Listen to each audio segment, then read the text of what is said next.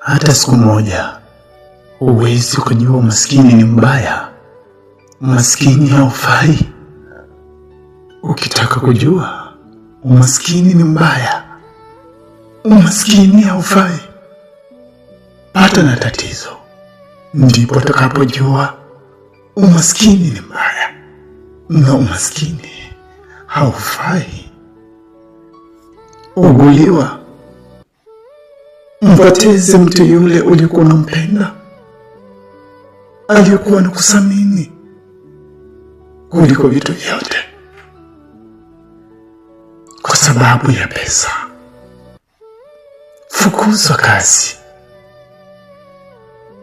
watoto wako wafukuzwe ada, ndipo utakapojua umaskini ni mbaya, ndipo utakapotambua umaskini haufai. Umaskini haufai. Ukiwa hujapata na tatizo lolote lile, huwezi ukajua na huwezi ukatambua ya kwamba umaskini ni mbaya, umaskini haufai. Mwenyezi Mungu, kwa nini ulileta umaskini? Kwa nini ulileta umaskini?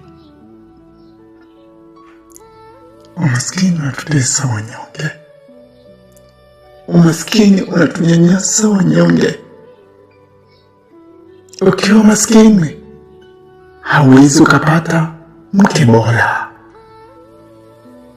Ukiwa maskini,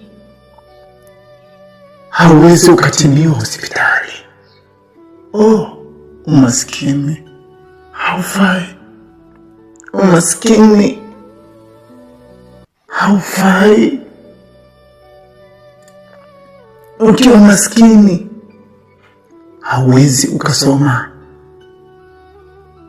Ukiwa maskini, hauwezi ukasafiri.